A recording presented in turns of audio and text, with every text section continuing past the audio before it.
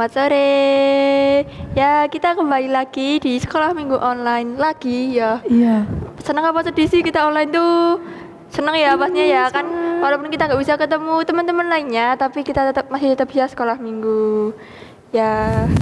Terus sekarang sebelum kita mulai sekolah minggu hari ini, kita mau nyanyikan satu pujian Jalan serta Yesus. Yuk kita sambil berdiri sambil jalan-jalan. Oke? Musik.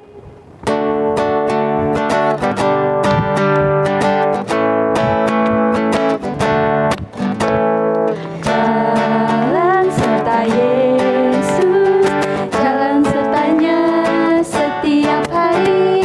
Jalan serta Yesus, serta Yesus selamanya. Jalan dalam suka, jalan dalam duka, jalan sertanya setiap hari. Jalan serta Yesus, serta Yesus selamanya. Jalan serta Yesus, jalan sertanya setiap hari. Jalan serta Yesus, serta Yesus selamanya. Jalan dalam suka, jalan dalam duka, jalan sertanya setiap hari. Jalan serta Yesus, serta Yesus selamanya. Yeay. Mari kita mulai acara sekolah minggu ini dengan doa pembukaan. Mari kita berdoa. Lipat tangan, tutup mataku, berdoa sekarang. Selamat sore Tuhan Yesus, terima kasih kami pada kesempatan ini ingin bersekolah minggu. Berkati dan juga lindungi kami ya Tuhan. Doa yang jauh dari sumber ini kami naikkan dalam nama Tuhan Yesus Kristus, Juru Selamat kami. Amin. Masih semangat kan? Masih. Sebelum firman, kita nyanyi lagu Hati yang Gembira. Musika.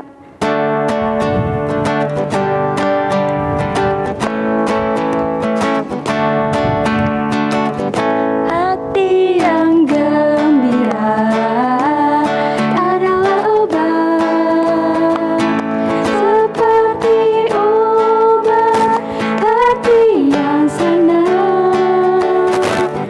Tapi semangat yang patah keringkan tulang. Hati yang gembira, Tuhan senang. Hati yang gembira adalah obat, seperti obat hati yang senang. Tapi semangat yang patah keringkan tulang. Hati yang gembira, Tuhan senang. Pada kesempatan kali ini kita akan membaca firman dari Kejadian 37 ayat 1 sampai 4, kemudian disambung Kejadian 37 ayat 12 sampai 28. Yang demikian firman Tuhan. Yusuf dan saudara-saudaranya. Adapun Yakub ia diam di negeri penumpangan ayahnya, yakni di tanah Kanaan. Inilah riwayat keturunan Yakub. Yusuf tak kalah berumur 17 tahun. Jadi masih muda, biasa mengembalakan kambing domba bersama-sama dengan saudara-saudaranya, anak-anak Bilha dan Silpa, kedua istri ayahnya, dan Yusuf menyampaikan kepada ayahnya kabar tentang kejahatan saudara-saudaranya. Israel lebih mengasihi Yusuf dari semua anaknya yang lain, sebab Yusuf itulah anaknya yang lahir pada masa tuanya, dan ia menyuruh membuat jubah yang maha indah bagi dia. Setelah dilihat oleh saudara-saudaranya bahwa ayahnya lebih mengasihi Yusuf dari semua saudaranya, maka bencilah mereka itu kepadanya dan tidak mau menyapanya dengan ramah. Kemudian kita sambung ayat yang ke-12 sampai yang ke-28. Ayat yang ke-12. Pada suatu kali pergilah saudara-saudaranya mengembalakan kambing domba ayahnya dekat Sikem. Lalu Israel berkata kepada Yusuf, bukankah saudara-saudaramu menggembalakan kambing domba dekat Sikem? Marilah engkau kusuruh kepada mereka, sahut Yusuf. Ya Bapa, kata Israel kepadanya, pergilah engkau melihat apakah baik keadaan saudara-saudaramu dan keadaan kambing domba, dan bawalah kabar tentang ini kepadaku. Lalu Yakub menyuruh dia dari lembah Hebron, dan Yusuf pun sampailah ke Sikem. Ketika Yusuf berjalan ke sana kemari di padang, bertemulah ia dengan seorang laki-laki yang bertanya kepadanya, apakah yang kau cari? Sahutnya, aku mencari saudara-saudaraku. Tolonglah katakan kepadaku di mana mereka menggembalakan kambing domba. Lalu kata orang itu, mereka telah berangkat dari sini. Sebab telah kudengar mereka berkata, marilah kita pergi ke Dotan. Maka Yusuf menyusul saudara-saudaranya itu, dan didapatilah mereka ke Dotan. Dari jauh ia telah kelihatan kepada mereka, tetapi sebelum ia dekat kepada mereka, mereka telah bermufakat mencari daya upaya untuk membunuhnya. Kata mereka seorang kepada yang lain, lihat, tukang mimpi kita datang. Sekarang marilah kita bunuh dia dan kita lemparkan ke dalam salah satu sumur ini. Lalu kita katakan seekor binatang buas telah menerkamnya, dan kita akan lihat nanti bagaimana jadinya mimpi itu. Ketika Ruben mendengar hal ini, ia ingin melepaskan Yusuf dari tangan mereka. Sebab itu katanya, janganlah kita bunuh dia. Lalu kata Ruben kepada mereka, janganlah tumpahkan darah, lemparkanlah dia ke dalam sumur yang ada di padang gurun ini, tetapi jangan apa-apakan dia. Maksudnya hendak melepaskan Yusuf dari tangan mereka yang membawanya kembali kepada ayahnya. Baru saja Yusuf sampai kepada saudara-saudaranya, mereka pun menanggalkan jubah Yusuf, jubah maha indah yang dipakainya, dan mereka membawa dia dan melemparkan dia ke dalam sumur. Sumur itu kosong, tidak berair. Kemudian duduklah mereka untuk makan. Ketika mereka mengangkat muka, kelihatlah kepada mereka suatu kafilah orang Ismail datang dari Gilead dengan untanya yang membawa damar, balsam, dan damar ladan. Dalam perjalanan mengangkut barang-barang itu ke Mesir. Lalu kata Yehuda kepada saudara-saudaranya itu, apakah untungnya kalau kita membunuh adik kita itu dan menyembunyikan darahnya? Marilah kita jual dia kepada orang Ismail ini, tetapi janganlah kita apa-apakan dia, karena dia saudara kita, darah daging kita. Dan saudara-saudara ini mendengarkan perkataannya. Ketika ada saudagar-saudagar Midian lewat, Yusuf diangkat ke atas dari dalam sumur itu, lalu kemudian ia dijual kepada orang Ismail itu dengan harga 20 sikal perak. Lalu Yusuf dibawa mereka ke Mesir. Ketika Ruben kembali ke sumur itu, ternyata Yusuf tidak ada di dalamnya. Lalu dikeyakanlah bajunya, dan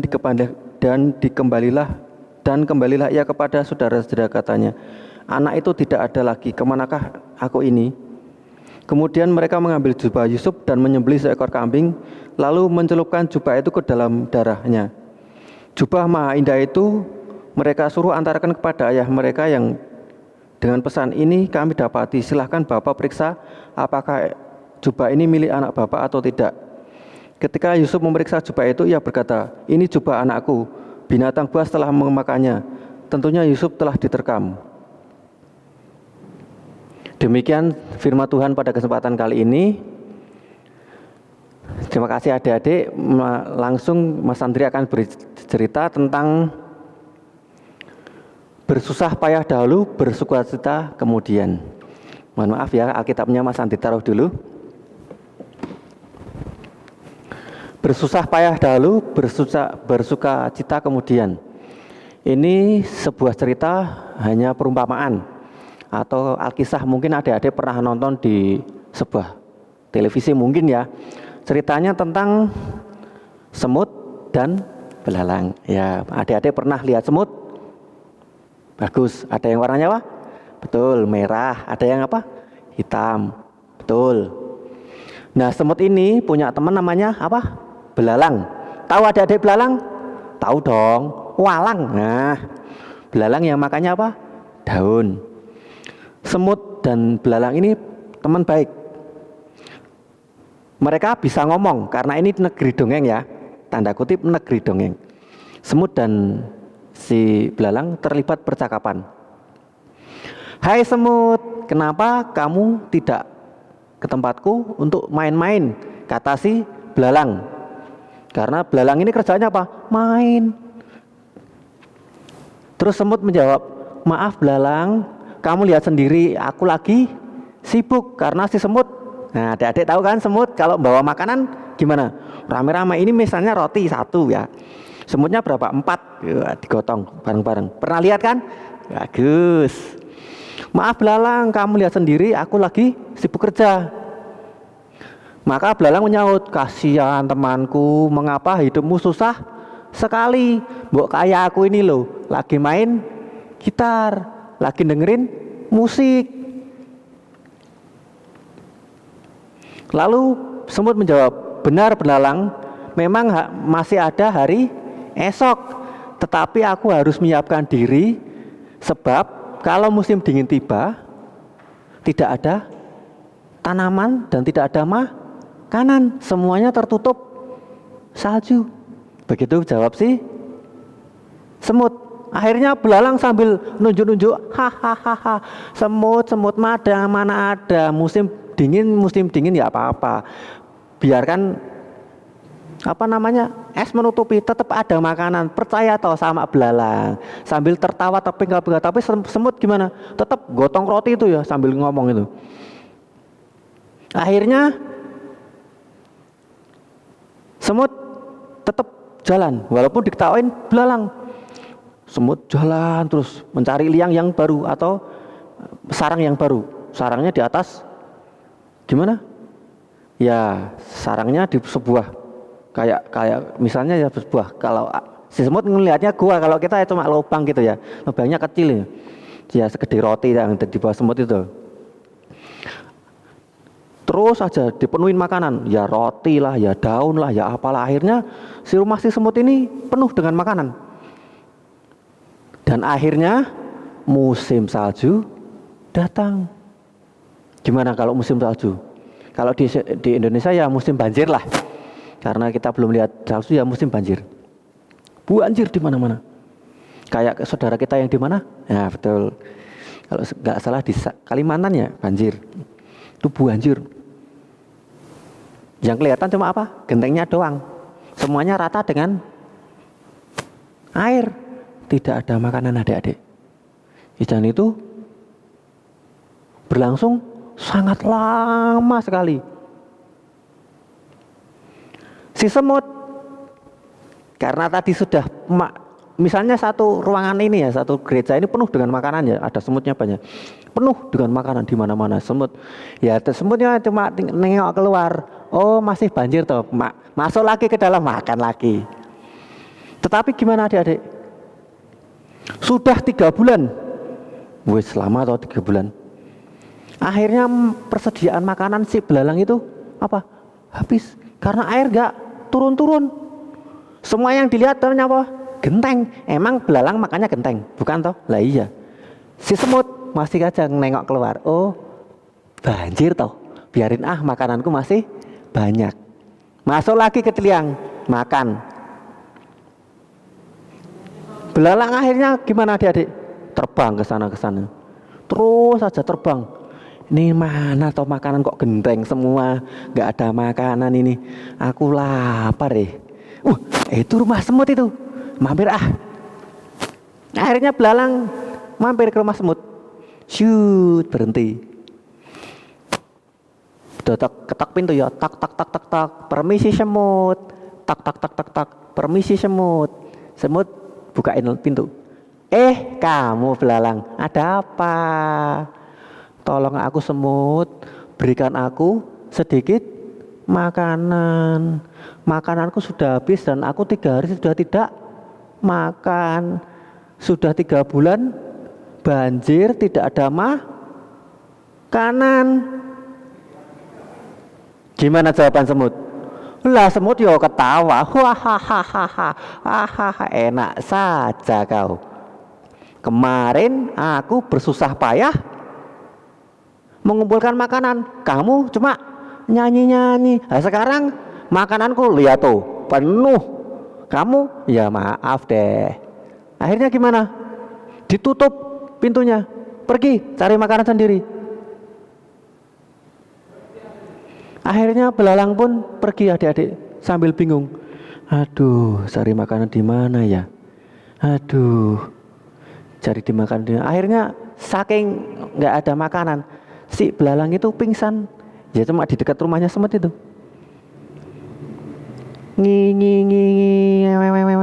Bok. Belalang pingsan. Si semut tahu, itu belalang pingsan.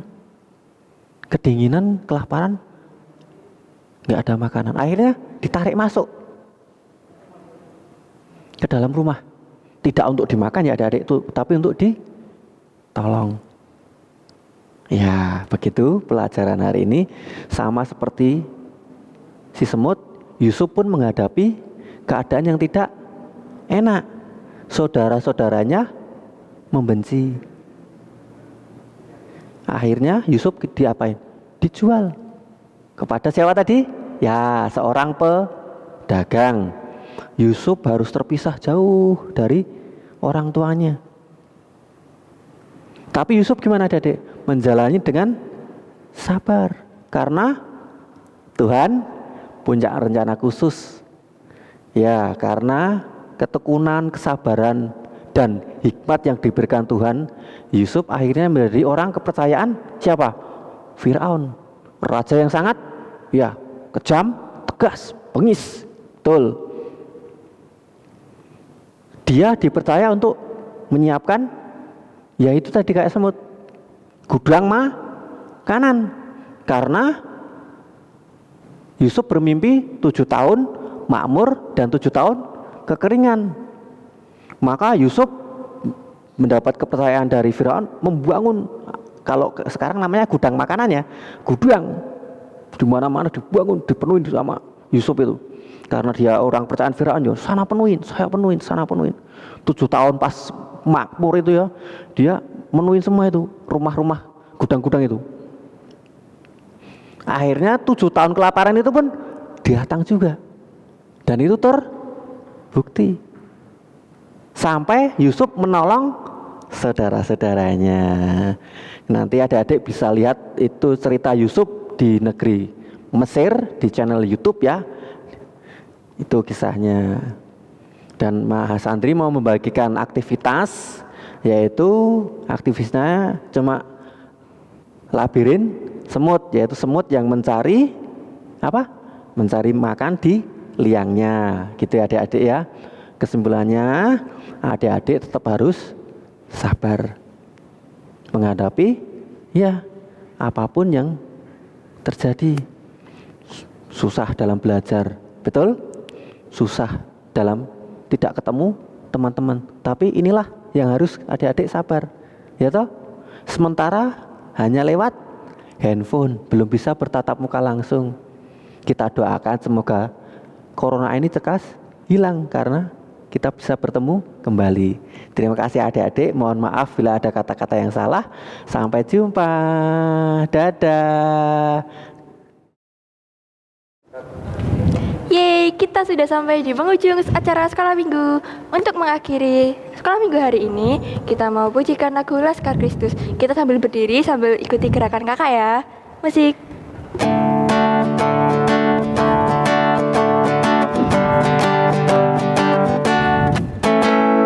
Saya bukan pasukan berjalan, pasukan berkuda, pasukan menembak. Saya tidak menembaki musuh, tapi saya Laskar Kristus.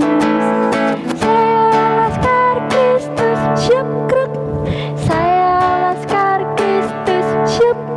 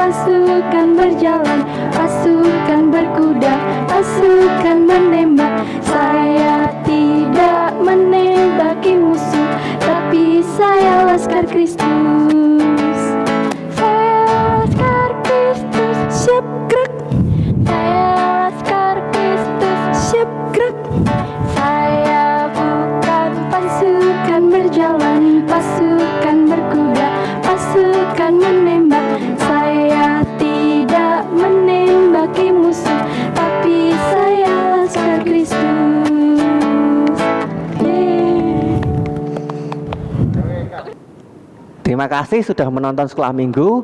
Kita akan tutup sekolah minggu sore hari ini. Kesimpulannya, tetap semangat, tetap sehat, jaga kesehatan. Yuk kita tutup dalam doa. Lipat tangan, tutup mata, ku berdoa sekarang. Tuhan Yesus, kami sudah bersekolah minggu. Kiranya firman yang kami dengar, kami baca menambah iman kuat kami. Kami juga berdoa Tuhan untuk teman-teman kami yang sedang sakit ataupun dalam perawatan dokter. Kiranya Tuhan berkenan memberikan kesehatan kepada teman-teman kami.